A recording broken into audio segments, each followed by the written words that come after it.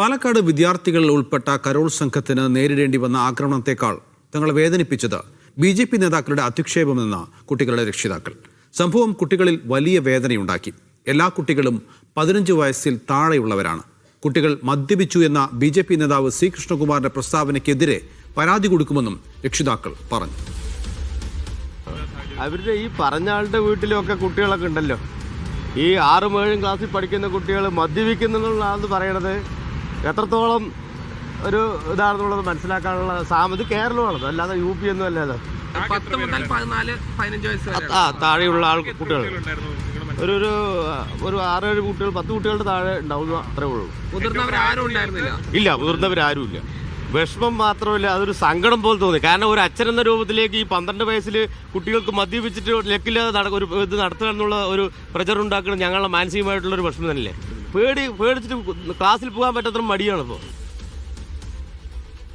സാജിദ് അജ്മലുണ്ട് വിവരങ്ങൾ നൽകാൻ. സാജിദ്, ആ കുട്ടികളെ കായികമായി ആക്രമിക്കുന്നു. അതിനുശേഷം ഉത്തരവാദപ്പെട്ട ഒരു BJP നേതാവ് ആ കുട്ടികൾ മദ്യപിച്ചിരുന്നു എന്ന് പറയുകയും ചെയ്യുന്നു.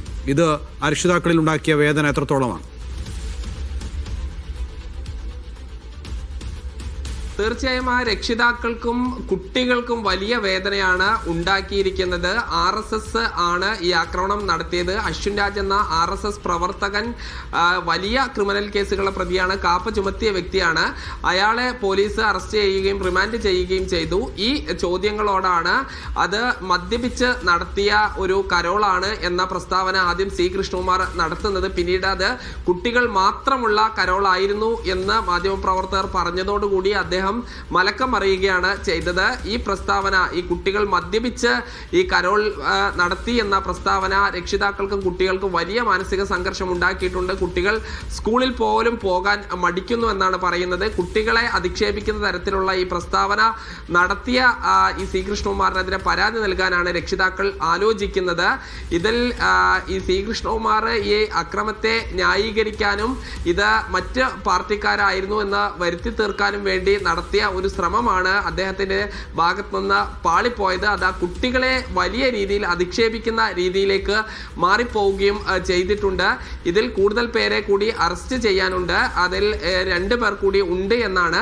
അത് ഈ കുട്ടികളെ ഈ അവരുടെ ഡ്രം തകർക്കുക മാത്രമല്ല ചെയ്തിരിക്കുന്നത്, കുട്ടികളെ അടിക്കുകയും അതോടൊപ്പം തന്നെ ഈ ഭാഗത്തേക്ക്, അതായത് RSSനും BJPക്കും ശക്തിയുള്ള കേന്ദ്രങ്ങളിലേക്ക് കരോൾ വരരുതെന്ന് പറഞ്ഞാണ് കുട്ടികളെ ആക്രമിച്ചിരിക്കുന്നത്. 10 കുട്ടികളായിരുന്നു ഉണ്ടായിരുന്നത്. എല്ലാം 14 വയസ്സിന് താഴെയുള്ള കുട്ടികളാണ്. 7 വയസ്സ് മുതൽ 14 വയസ്സ് വരെയുള്ള കുട്ടികളാണ് ഈ ആക്രമണത്തിന് ഇരയായിരിക്കുന്നത്. അതിന്റെ വലിയ ഒരു മാനസിക സംഘർഷത്തിൽ തന്നെയാണ് ആ കുട്ടികൾ ഉള്ളത്.